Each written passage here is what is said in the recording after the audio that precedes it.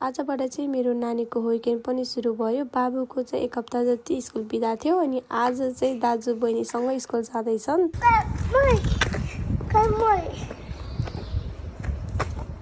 मेरो बाबु चाहिँ सानैदेखि जोसँग पनि मान्ने, जोसँग पनि बस्ने, चिन्दै नचिनेको मान्छे भए पनि उसकै पछि लागेर जान्थ्यो कि त्यो भएको भएर चाहिँ उसलाई विकेन्ड पठाउन पनि खासै गाह्रो भएन।